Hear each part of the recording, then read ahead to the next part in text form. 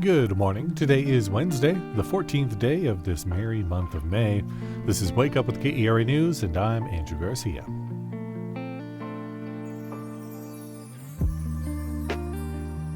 There's nothing merry about triple-digit temperatures, as North Texas is set to see record-breaking temperatures for this time of year. Be sure to stay hydrated and stay indoors whenever you can. Let's get into today's news. The House Education Committee heard testimony yesterday on a bill that would ban DEI programs in public K-12 schools. Among other things, Senate Bill 12 would stop schools from making hiring decisions based on race, gender, or ethnicity. Attorney Antonio Ingram with the NAACP's Legal Defense Fund argued colorblind hiring isn't supported by data, while Republican Representative Jeff Leach, chair of the Education Committee, says merit, not race, should be the factor in hiring. The bill was left pending in the committee.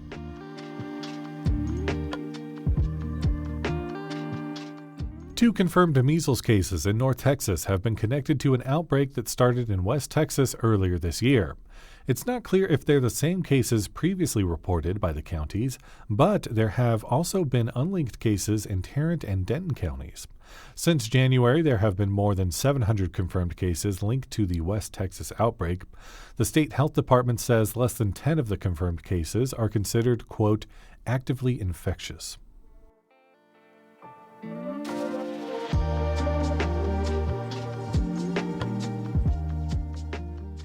For years, people in the Bishop Arts community in North Oak Cliff have taken care of community cats. Some say they're part of the community's identity, but others say they're a public health nuisance.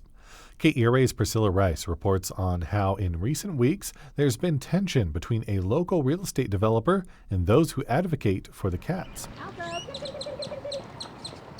Mary Dalkey is standing on the back porch of her business in Bishop Arts as a cat walks over to food bowls she has set out. She owns 10 Bells Tavern and has been taking care of local cats for the last decade. I'm a colony manager. It keeps everything healthy. I mean, all of my bar cats at the old 10 Bells, they were all, had shots. She says her customers and neighbors know the cats by name. Lucy, Beatrix, Jerry Cantrell, Motorhead. Here, where businesses and homes intermingle, you'll see bowls of food left out by residents who help care for the cats. Dalkey and others are registered to oversee feral cats through Dallas's Community Cat Program. The city spays and neuters the cats, vaccinates them, and then colony managers register to oversee the cats. But recently, some of the cats in Bishop Arts started going missing. What I did was I got my trap out and I trapped a cat. That's developer David Spence, who owns over a dozen properties in the Bishop Arts area. I found a rural location that I thought would promise access to water and where there were lizards and frogs and squirrels and where a wild cat could have a chance of surviving.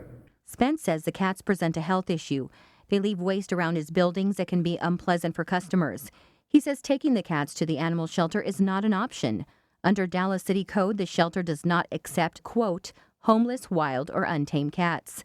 Instead, he's been relocating them for years without controversy. I defend my lawful right to trap an animal on my private property, period. And I am unapologetic about that. Lisa Dennis is another cat colony manager in the area who noticed her cats disappearing from a building Spence owns. I mean, I was crushed to the core because, I love these cats. I had been feeding for so long, 8 years, 10 years. She says taking cats out of their colonies is not the solution. It can actually expand the problem. See, the whole thing was that there's not a solution that would have worked for him unless we just took every single cat out of Bishop Arts away. You can't do that because what happens is you create a vacuum and more cats come in. It could also be illegal. Animal dumping or abandonment is a Class A misdemeanor under Texas law, but Spence says he's simply doing his job as a landlord.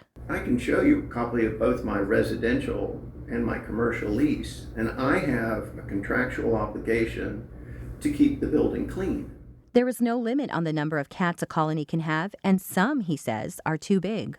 We can't give cat advocates total license to create these cat colonies in a completely unregulated way when that kind of concentration of cats it's a public health nuisance. It's unknown how many colonies are registered in Dallas or how many cats are in each. Mary Dalkey started a petition calling on Spence to stop moving cats and is asking the city to step in. I don't think he's going to stop. I think telling him, don't do this anymore, I think he's going to ignore that. But so far, the city hasn't weighed in. City Council member Chad West, who represents Oak Cliff, declined to provide a response to KERA when asked whether the city would be making any changes to the current policy for community cats.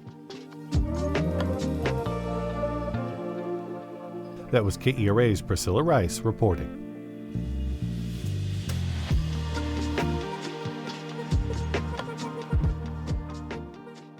The Dallas Stars won Game 4 last night in their series against the Winnipeg Jets. They notched a goal in each period and stayed tight on defense, winning 3-1 and also taking a 3-1 lead in the series. They now head to Canada for a chance to close out the Jets tomorrow. Catch a vibe with Toro y Moi tonight at the House of Blues. They'll take the stage along with Panda Bear. Find more info and some other fun things to do on our Go See DFW calendar at kera.org/calendar. Thanks for listening to Wake Up with KERA News. I'm your host, Andrew Garcia. This show is produced and edited by Shardae White and Bekah Morr.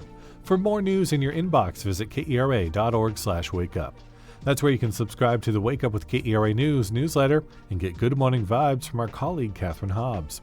Connect with us on Facebook, Instagram, and TikTok at KERATX. Have a good one. We'll see you tomorrow.